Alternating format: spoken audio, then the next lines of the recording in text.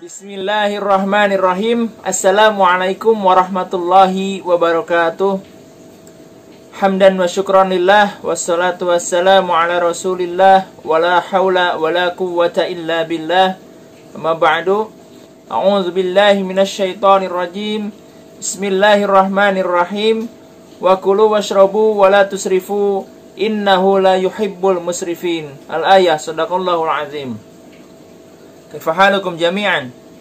Semoga semuanya senantiasa diberikan kesehatan oleh Allah Subhanahu wa taala.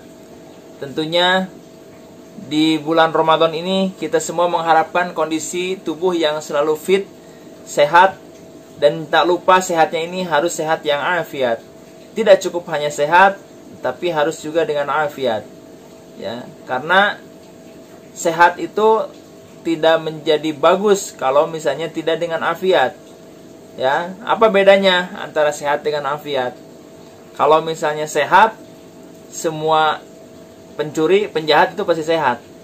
Ya, tidak ada ceritanya seorang begal motor itu dalam keadaan stroke dia ngebegal. Nggak ada. Seorang jambret sedang tipes itu susah untuk ngejambretnya. Ya, perampok itu dalam keadaan sedang DBD nggak ada.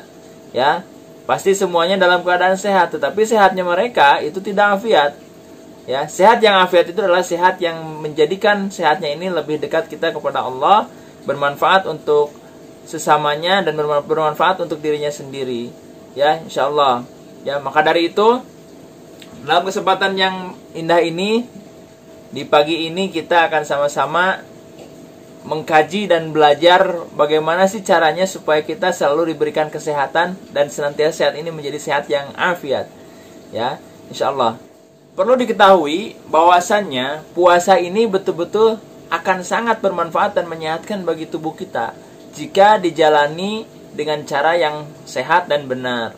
Ya, karena memang kalau saumnya memang tidak sesuai dengan apa yang dicontohkan oleh Rasulullah, terutama dalam hal berbuka, kemudian dalam aktivitas, kemudian dalam hal sahur, maka ini tentu mungkin akan berdampak kurang bagus. Tapi insya Allah yakin-yakinnya fitrahnya dari saum ini adalah menyehatkan untuk tubuh kita. Bahkan WHO sendiri, sebuah organisasi besar kesehatan di dunia, sudah mengatur bagaimana mekanismenya saum seorang muslim. Ya, tentunya dirilis oleh para anggota WHO yang memang orang-orang muslim. Di sana dinyatakan bahwa saum ini justru tidak melemahkan manusia. Ya, khususnya di masa pandemi COVID-19 ini justru tidak menjadikan imun lemah. Ya, adanya saum ini justru semakin menyehatkan. Tapi catatan harus dijalani dengan cara yang benar dan sehat. Ya, makan sahurnya, kemudian cara berbukanya, kemudian istirahatnya juga harus cukup. Di sini saya akan sampaikan beberapa tips untuk bisa sama-sama kita praktekkan, ya, khususnya supaya tetap kita sehat selama di bulan Ramadan. Yang pertama, ya, Rasulullah Shallallahu Alaihi Wasallam itu mengajarkan kepada kita bagaimana untuk bisa mengakhirkan sahur dan juga menyegerakan berbuka. Ya, umumnya di kita kalau untuk sahur itu memang cukup lama waktunya, ya, sehingga banyak sekali keterangan-keterangan para ulama membahas bahkan mengeluarkan fatwa bagaimana hukumnya tidur setelah sahur. Ya, makanya disunahkan sahur itu agak dekat ke waktu subuh. Gak apa-apa, gak masalah kita bangunnya misalnya dari jam 1 jam atau 2 jam sebelum subuh, bagus. Gunakanlah untuk qiyamul lail, untuk tilawah, untuk murojaah, untuk mutola'ah. Ya, tapi sahurnya, makan sahurnya itu justru diakhirkan sudah mendekati waktu subuh. Sebaiknya seperti demikian yang dicontohkan oleh Rasul. Ya, secara kesehatan pun memang kalau misalnya sahurnya dilaksanakan sudah dekat ke waktu subuh, itu memperpendek perut kita kosong, ya, dan disunahkan untuk menyegerakan berbuka, tidak menanti-nanti untuk berbuka, sehingga ini semakin energi kita sudah bisa terjaga. Insya Allah dengan demikian, kalau ini bisa dilaksanakan, ya, maka badan kita selama Ramadan bisa segar, ya, bisa fit, insya Allah, ya. Jangan sampai kita tidak melaksanakan sahur dan menanti-nanti berbuka. Dalam makan sahur itu kan termasuk sunnah, ya, sunnah, dan di dalamnya ada keberkahan. Maka rugilah kalau misalnya kita tidak sempat untuk melaksanakan sahur. Ya, maksimalkan sahur ini betul-betul ambil berkahnya, ambil manfaatnya, dan secara fisik pun kita akan insya Allah semakin kuat, badan kita semakin fit kalau misalnya kita memang betul-betul bisa sahur, ya. Kemudian kalau misalnya dalam sahur itu kan ada niat, ya, berarti dengan sahur kita juga berniat, otomatis otak ini menyetel seluruh anggota tubuh untuk ikut persiapan untuk saum, ya. Otak ini sudah berkomunikasi dengan lambung supaya jangan sampai meningkatkan asamnya, berkomunikasi dengan lisan untuk bisa menjaga bahasa, berkomunikasi dengan tenggorokan supaya hausnya bisa dikendalikan, ya, berkomunikasi juga dengan organ yang lain supaya ikut berpuasa. Kemudian untuk tips yang kedua adalah makan kurma dan madu pada saat berbuka dan pada saat sahur, ya. Untuk kurma ini sudah jelas dicontohkan sekali oleh Rasulullah, bahkan Rasul itu setiap harinya itu selalu mengkonsumsi kurma 3-7 butir per harinya, ya. Karena insya Allah dengan kita rutin mengkonsumsi kurma itu sudah tercukupi asupan vitamin untuk tubuh ini. Bahkan kalau misalnya bisa mengkonsumsi kurma, ya, sampai 7 butir per hari, itu insya Allah kita akan terhindar dari berbagai macam penyakit. Masya Allah, ya. Luar biasa Allah menciptakan sebuah buah yang sangat baik sekali ini, yaitu kurma. Bahkan dalam sebuah hadis yang diriwayatkan oleh Imam Abu Dawud, ya, menjelaskan bahwa Rasulullah SAW itu kalau berbuka, beliau berbukanya itu dengan rutobat atau kurma basah. Nah, jika tidak ada rutobat, kurma basah, maka beliau selalu berbuka dengan kurma yang kering atau tamar. Jika tidak ada keduanya, maka Rasul itu berbuka dengan seteguk air, ya.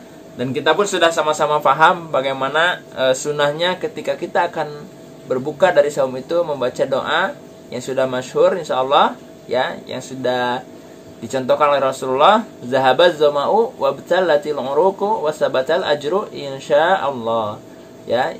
Itu silakan bisa dibaca. Kalau misalnya yang kita pahami Allahumma lakasumtu, itu juga bagus, silakan, baik, bisa digunakan.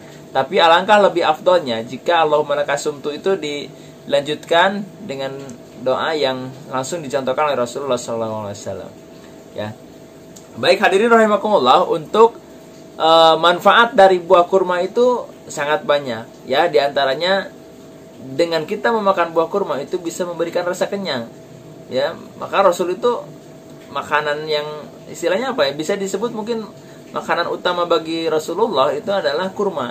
Dan ini patut kita contoh, ya. Kurma sekarang sudah banyak lah, tidak perlu kita sulit untuk mencarinya di supermarket, di pasar-pasar, bahkan di pinggiran jalan pun untuk bulan Ramadan ini, masya Allah, ya. Kemudian manfaat kurma yang kedua itu, kurma ini baik, ya, bersahabat dengan jantung, ya. Maka kalau kita memang punya keinginan jantung kita sehat, itu perbanyak saja makan kurma, insya Allah, ya, jantung ini akan semakin sehat dengan kita rutin mengkonsumsi yang namanya kurma.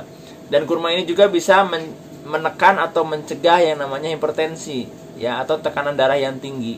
Dengan kurma rutin konsumsi, ya, yang memang punya riwayat darah tinggi, saya sarankan sih memang bisa rutin mengkonsumsi kurma, ya. Tentunya dibarengi dengan pola makan yang baik dan juga olahraga yang teratur. Insya Allah Anda sehat, ya. Kemudian selanjutnya dengan kurma ini baik juga untuk otak, bagi kita para pelajar, ya, bagi para santri yang mengaji, penghafal Quran, ya. Dengan kurma ini memberikan nutrisi yang baik untuk otak. Jadi kalau kita bisa mengkonsumsi kurma rutin, ya, insya Allah lah, mudah-mudahan hafalannya makin mungkin, ya, makin mudah, ya. Bahkan ada buah-buahan yang mendukung juga untuk para penghafal Quran, seperti misalnya seperti kismis misalnya, ya, kismis yang besar itu juga bagus, ya, untuk nutrisi kepada kecerdasan otak. Kemudian manfaat dari kurma yang selanjutnya adalah perlindungan dari stroke, ya. Kalau misalnya memang ingin terhindar dari stroke, maka rutin-rutinlah makan buah kurma, insya Allah, ya. Dan selanjutnya kurma juga baik untuk menjadi sumber energi dan juga meningkatkan libidonya para orang-orang dewasa. Masya Allah, lengkap sekali, ya, subhanallah. Hadirin rahimakumullah, untuk tips yang ketiga supaya kita tetap sehat di bulan Ramadan, ya, itu kita jangan sampai tidur setelah sahur. Nah ini, ya, makanya tadi di awal saya sarankan sahur itu coba sesuai dengan contoh dari Rasulullah itu diakhirkan, supaya apa? Tidak ada jeda untuk tidur, ya. Selesai ada tanbih, nah, kalau di sini istilahnya imsak, itu kita sudah langsung bergegas ke kamar mandi, tidak langsung tidur, ya. Jadi jangan sampai setelah sahur langsung tidur, berbahaya itu, ya. Karena apa? Kalau misalnya kita sahur jam 3 atau setengah 4, ada subuh sekarang setengah 5, ya, itu tidur lagi, itu berbahaya. Karena apa? Sebaiknya, ya, yang dicontohkan oleh Rasul itu tidak pernah tidur setelah makan. Beliau kalau setelah makan itu pasti beraktivitas dulu, mungkin sekitar sampai 2 jam, ya. Karena apa? Kalau setelah 2 jam beraktivitas kembali, lambung ini sudah mulai kosong lagi, ya, dan itu aman kalau misalnya kita ingin tidur.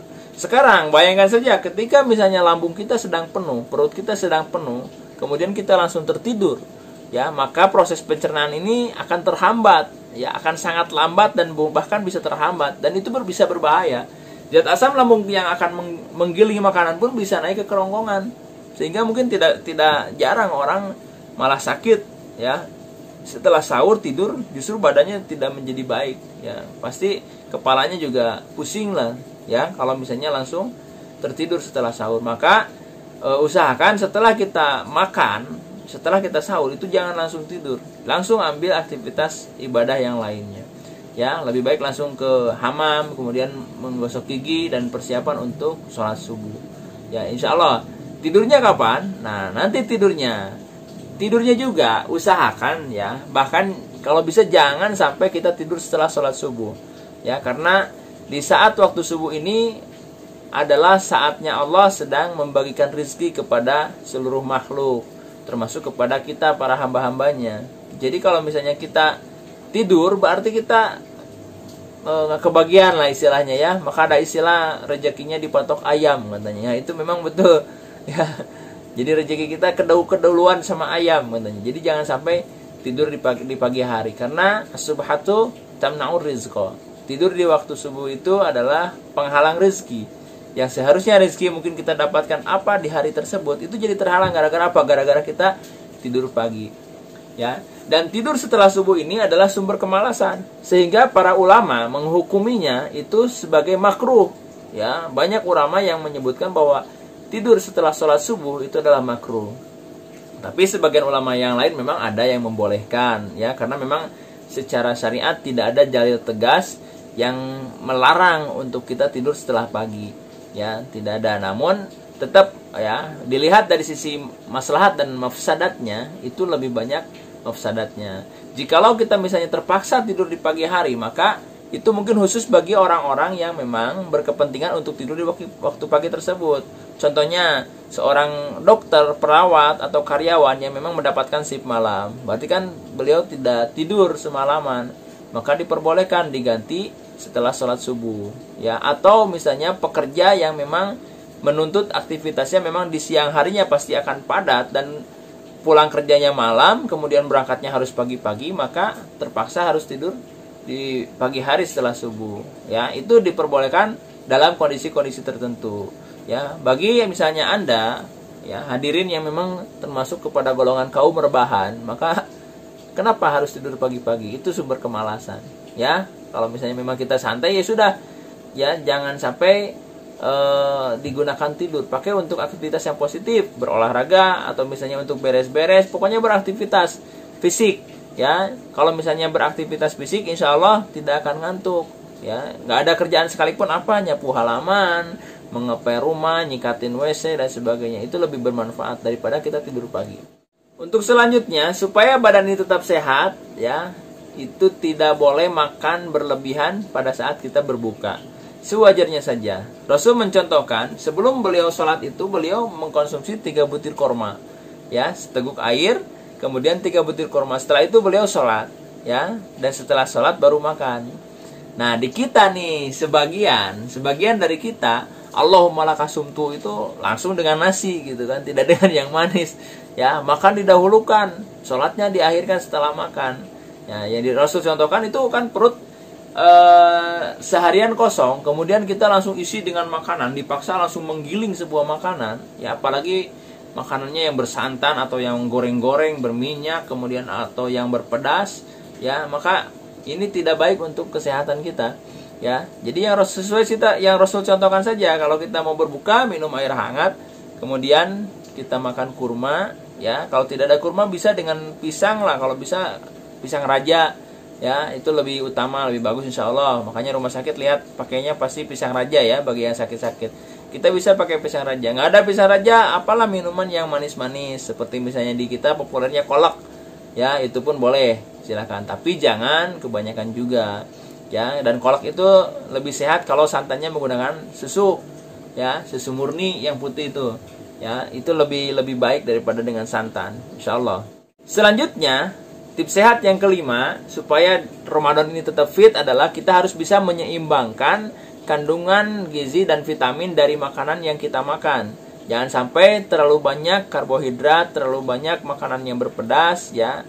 Pokoknya harus kita perhatikan juga, seimbangkan, harus ada sayuran masuk, kemudian harus ada buah-buahan juga, ya. Dalam sehari itu walaupun tidak setiap hari ini bisa digilir, ya. Dan tentunya Allah sudah menciptakan bumi yang luas ini tentunya dengan berbagai macam tumbuh-tumbuhan dan juga bahan makanan yang luar biasa bermanfaat untuk manusia, ya. Seperti biji-bijian, kita bisa memperoleh protein dari kacang-kacangan, kita bisa memperoleh serat dari buah kurma, dari sayur-sayuran, ya. Kemudian kita juga bisa memperoleh protein, ya, lemaknya dari ikan dan sebagainya. Itu bisa lebih bermanfaat. Itu harus diperhatikan, ya. Dan hindarilah selama Ramadan ini khususnya makanan-makanan yang justru biasanya membuat kita sakit, ya, seperti mohon maaf seblak misalnya, ya. Seblaknya jangan terlalu pedas, ya. Kemudian mie instan dan sebagainya itu lebih baik dikurangi, ya, selama bulan Ramadan ini. Untuk apa? Untuk kesehatan kita.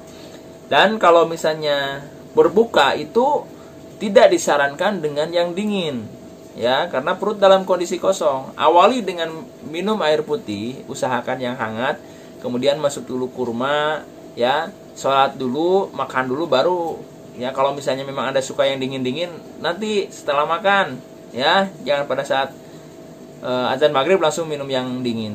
Itu nanti perut kita justru akan jadi sembelit dan sebagainya. Itu tidak sehat. Kemudian selanjutnya, untuk yang keenam, ya, supaya badan ini tetap fit, itu harus tetap dirutinkan olahraga. Saum tidak menjadikan badan kita terhenti dari olahraga, ya. Disarankan selama Ramadan ini intensitasnya harus dikurangi, tidak seperti hari-hari biasa, ya. Ini lebih utama waktunya adalah sudah sore supaya kita tidak haus. Kalau misalnya kita olahraga di pagi hari atau siang hari, itu nanti akan menjadi haus dan menjadi berat. Dan yang ketujuh, mandi secara teratur. Jangan sampai Ramadan gak mandi-mandi, ya. Wajib mandilah, ya. Harus setiap hari usahakan harus mandi minimal 1 kali, itu harus, ya. Lebih baik kalau bisa 2 kali, minimal sehari sekali harus mandi, ya. Khususnya di masa pandemi COVID-19 ini, kalau bisa 2 hari sekali mandinya. Setiap Anda keluar rumah, ya, atau habis bepergian jauh, usahakan sebelum masuk ke rumah atau ketika pertama masuk rumah itu jangan dulu berkomunikasi dengan siapapun, langsung pakaiannya dicuci dan Andanya langsung mandi, ya. Sebaiknya begitu, karena untuk menghindari, ya, antisipasi dari virus yang beredar, maka sebaiknya langsung mandi. Sehari wajiblah sekali mandi, ya.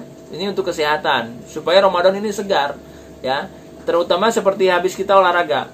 Setelah olahraga, ya, itu rasa lelah dan haus kita bisa tergantikan dengan mandi, ya. Kalau misalnya olahraganya setelah asar jam 4 misalnya, kemudian sampai setengah 5, itu setengah 5 kita bisa langsung mandi dan itu badan bisa seger lagi, insya Allah, ya. Dan itu tidak membatalkan saum, ya, dengan syarat jangan minum, gitu, ya. Jangan minum di WC, jangan sambil minum, hanya mandi saja, ya, dan tidak memakan makanan apapun tentunya. Kemudian yang ke-8 itu harus istirahat yang cukup, ya. Dalam ilmu kesehatan kita sudah memahami bahwa tidurnya orang dewasa itu antara 6 sampai 8 jam per hari, ya. Kalau misalnya kita ingin tidur kurang dari itu, bisa saja, yang penting tidurnya berkualitas, ya, tidurnya yang baik. Tapi standarnya adalah tidur sekitar 6 sampai 8 jam, ya. Tidur ini terlalu banyak juga tidak bagus, ya, kurang juga tidak bagus, harus pas, ya. Kisarannya antara 6 sampai 8. Misalnya kita tidur jam 10, ya. Ramadan ini usahakan kalau tidak ada aktivitas yang penting banget, ya, usahakan jam 10 itu sudah tidur supaya kita bisa bangun lebih awal. 10, 11, 12, 1, 2, 3, 5 jam itu sudah bisa cukup untuk tidur malamnya. Jadi jam 3 kita sudah bisa bangun, ya. Dan 1 jamnya bisa kita gunakan di siang hari. Bagi Anda yang memang tidak sibuk di siang hari, bisa digunakan untuk tidur, ya. Sebelum zuhur atau setelah zuhur atau sebelum asar. Yang penting jangan sampai terlewat untuk sholat fardunya. Dan yang terakhir, untuk tips yang bisa saya sampaikan adalah kita harus bisa menghindari stres, ya. Manage hati ini untuk senantiasa lapang dada dan senantiasa memaafkan orang lain. Tebar selalu kebaikan, tebar selalu senyuman, ya, kepada siapapun. Bijak dalam bermedsos, ya. Usahakan dalam media sosial selalu menyebarkan kebaikan, senyuman, dan juga silaturahim yang sangat baik dengan sesama kita. Itu saja mungkin tips singkat, semoga bermanfaat untuk kita semua dan sama-sama kita belajar untuk mengamalkannya. Insya Allah Ramadan ini akan semakin terasa nikmat apabila badan kita dalam kondisi sehat walafiat. Dan tentunya kalau badan kita sakit pun kita tidak leluasa dan tidak enak menjalankan ibadahnya, ya, tidak bisa maksimal. Maka jagalah sama-sama kesehatan ini, ya. Menjaga itu lebih baik daripada mengobati. Ya, itu saja. Syukron ala husni timamikum. Subhanakallahumma wa bihamdika asyhadu an la ilaha illa anta astaghfiruka wa atubu ilaik. Wal afu minkum. Wassalamualaikum warahmatullahi wabarakatuh.